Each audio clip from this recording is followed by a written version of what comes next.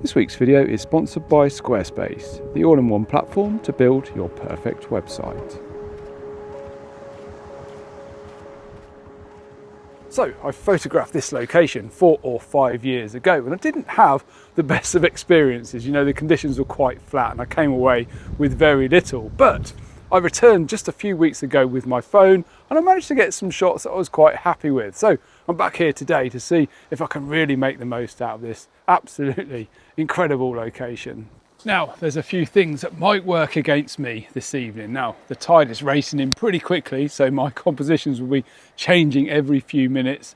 There's a heavy bank of cloud coming over as well from the west, which might either work against us or with us, depending on how it works out. Yeah, so lots of if, buts and maybes, but I'm super hopeful that we can capture something good this evening. So this whole area just here is absolutely incredible. There's loads of rock formations that I think can work well in lots of different conditions. So it's really cool. I just want to show you this one particular area just behind me that I think can make an excellent composition as the waves just pour over this crevice. I think it looks really cool, and there's some rocks in there as well, which are really, really interesting. So as you can see, we've got this big angled slab of rock here, and this gully that sits just in here is absolutely incredible. I can just imagine how the waves are just going to come up over this and just pour down into that gully, creating a really cool waterfall effect as it just pours over there, which I think could be amazing. There's also a boulder just in there as well, which might be pretty cool. Maybe shoot it from the top. There's also just over here these stacks as well, which could be really cool as the waves come around these areas. So yeah, lots to shoot. So I think my biggest problem this evening is not the conditions in terms of the weather, but I think it's the swell. There's meant to be a 2-foot swell this evening, but I don't even think it's 2 inches. So yeah, that might be, a bit of a downer. But I'm going to try and make the best of it anyway. Maybe we can do a really long exposure or something like that. That might work quite well for the conditions that we've got at the minute. But I'm hopeful we're going to get some really good cloud coverage, and that's maybe going to be the focal point then of the image as opposed to the ocean itself. So yeah, just got to try and work with the conditions and not against them. It's a beautiful evening, even if it is a little bit on the cooler side for summer. This is pretty cool as well. We've got this crevice that runs through the image. I think this could be really, really good, especially if the swell is quite big, because it'd just be washing up this slab here and just pouring over this little ravine. Yeah, I think that could be really, really good actually, with a bigger swell of course. Anyway.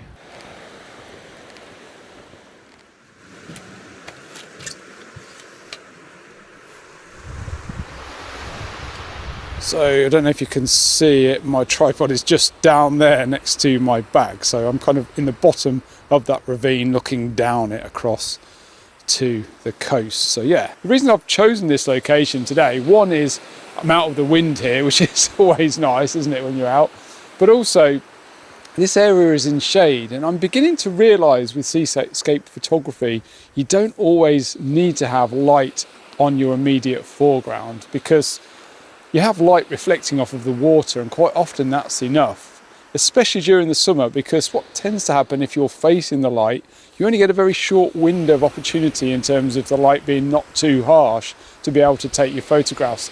I'm at about, an hour away from sunset now, and I could shoot this now right up until, the blue hour if I wanted to. So it's giving me more time, more flexibility to sort of wait for things to happen. So the cloud cover is coming over, which is fantastic, which I really need for this. I really need something to anchor the top of the frame in, just so we've got that light kind of through the top third section of the image. Now, I've focused on the rock just down here, which at f8 gives me everything sharp or acceptably sharp through the frame, so I don't need to focus stack. Just spend a little bit of time focusing in different parts of the scene and just checking my focus, playing around with my aperture. And because I've got the 9mm wide angle lens on, I've got a huge depth of field anyway, so it's looking pretty good. And what I think I might do is just take shots now, probably over the next 20 minutes or so as sunset progresses and the tide washes in, and then pick the best one and edit that one image only. So yeah, but compositionally I really like it. We just need a little bit more to come together to really make it sing. So while I'm waiting for some dramatic clouds to appear, I would just like to thank the sponsor of this week's video, which is Squarespace. So recently I've been updating some of my photo galleries on my website, and it always amazes me how quick and simple it is to do. It really is just a case of dragging and dropping your images in and rearranging them so they look nice in the gallery. Now, if you're unsure what Squarespace is, it's basically an online platform where you build your own website. They've got loads of amazing templates to choose from to get you started, and also tools to help you create something more unique as well. It's not just photo galleries though. You can set up a blog, an online store, or even a newsletter. If you would like to give it a try for yourself and create your very own website, you can head over to squarespace.com for a free trial. Then when you're ready to launch it, go to squarespace.com/IanWorth to save 10% off your first purchase of a website or domain. So I took 88 photographs in total at this location during a spell of about an hour and a half, and I think I managed to get the clouds just in the right spot. And by the way, I'm filming this on the wide angle lens, so my hands look massive and my head looks really small, but I thought it might be interesting and a bit of fun.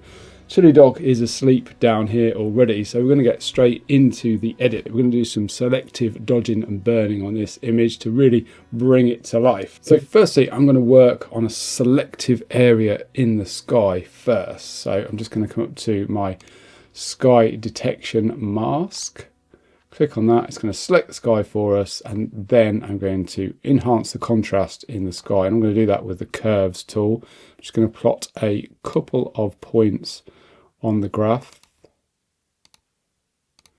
and I'm just going to drag down the darker areas of the sky here and just boost the lighter areas. We're just creating an S-curve in that part of the histogram, and you can see if I just toggle that on and off, what a difference it's made. It's also saturated the image too much. There's a lot of blues going on there now, which is not looking particularly nice. So I'm going to come down to the point color tool, click on the blue area, and then just reduce the saturation down in those blues. So we still retain the contrast, we're just reducing the saturation a little bit and making it look a little bit more natural. I think I'm just going to increase the highlights a little bit more. I'm just working between these two tools here to create something that looked similar to how it was when I was actually shooting it. And it was pretty moody. So I really want to retain that. And the curve tool is a great way of doing that.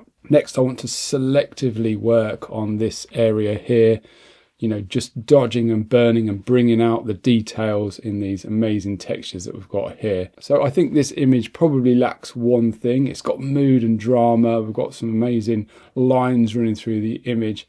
But if these waves were just, crashing over the tops and spilling over these ledges, it would add a completely different dimension to this photograph. Unfortunately, we just didn't get that. But images are made over time, especially in landscape photography, and this is going to be an area I will revisit because it's absolutely fantastic. Anyway, let's get on and dodge and burn this foreground in to really make this image come to life. So I'm going to come up to my masking tools. Create a new mask, select objects, and what I want to do is select all of these rocks, but not the water. So I think what I'm going to do is paint over the area of the water, and hopefully it's going to select that first, and then we will invert the mask if it works. Let's just see. Yeah, that's pretty good. I don't want to, do any dodging and burning on this water area here. I just want to affect the edges of these rocks and whatnot. So I'm going to invert this mask. Invert it, and that's going to select everything else in the image. I'm then going to boost the whites. Don't worry about the sky or anything because we're going to intersect this mask with a brush in a minute. We're going to boost the highlights and the shadows ever so slightly, and whack in a load of saturation as well. Bit of contrast. And a little bit of warmth as well. I'm just trying to get these barnacles here are quite warm. So I just want to bring that out. So yeah, obviously we've blown everything else out now, but what we're going to do is we're going to paint this dodging and burning in with a brush. So all we need to do is come up to 3 dots here, click on intersect mask with, and click on the brush tool. As soon as we paint on this image here, those adjustments we've just made are only going to be applied to the area that we brushed, but it just means that we won't overbrush into this water area here, which I wanted to protect because I wanted to adjust that separately. So as you can see, it's gone back to the original edit now, and I've got, yeah, what about, probably going to adjust my flow to about 40, and then I'm just going to paint over these areas here just to enhance the light hitting the tops of these. Obviously we don't want to increase the shadow areas as well. That's why I've got my flow to sort of 40, just so I can build this up a little bit. And I'm being, you know, pretty loose with this, but I just want to increase the light hitting the edges of these rocks. Let's look at the before and after. So this is with it off, this is with it on. So yeah, just sort of subtle dodging and burning. Just bringing out the whites and the highlights in these areas here. And then I might play around with the sliders in a second once I get the light falling where I want it. I think that looks pretty good. I want this image to be nice and moody. So I'm going to create another mask now, and then we're going to tackle this water area here. So again, select objects, and I'm going to paint in this area here, and that's going to hopefully allow us to boost that area. Yeah, so let's take a look at that. Just going to lift the exposure, just so I really want to see into this rock pool here to show all of these shells and the textures underneath the water. And at this point I'm trying to get some kind of equilibrium, some kind of balance throughout the image, just so we can then work on it a bit more globally. I'll just increase the shadows overall, just so we can see a bit more detail. Push the blacks up ever so slightly. Like I said, I want this image to be moody. Right, I'm just going to boost the saturation overall as well. So I might just grab a linear gradient and drag that over the sky. I'm going to darken it just to bring in a bit more of that mood, and then just reduce the saturation down a little bit as well. I really want the focus of the light to sort of be in this area. So I think there's one other thing that I want to do to this image, and that's just burn in this pool we've got here, which is reflecting the light, and a little bit down here as well. So yeah, it just catches the eye a little bit. I don't want to remove it. I'm not so keen on doing that, but I'm happy to burn it in. So I'm just going to grab my object selection tool and just draw over that. That's hopefully going to detect that area there, which is, it has done. So let's just zoom in a little bit so we can see what we're doing. As you can see with the red mask, it's just detecting that area there. So I'm just going to back the highlights off, back the whites off, and reduce the exposure down a little bit as well. And I think that solves that problem. I'm going to do the same with that little bit at the end there as well, just in here. Just use the object selection tool just to grab that area there. And I'm just going to, again, probably don't want to do this quite as much. Just want to reduce the saturation as well, just to take the eye off of those areas. And now you can see, you can't really see that at all. It's just taking the eye away from that. And just to finish off, the image does look a little bit on the cool side. So I think I'm just going to boost the temperature ever so slightly, just to make it not so cool.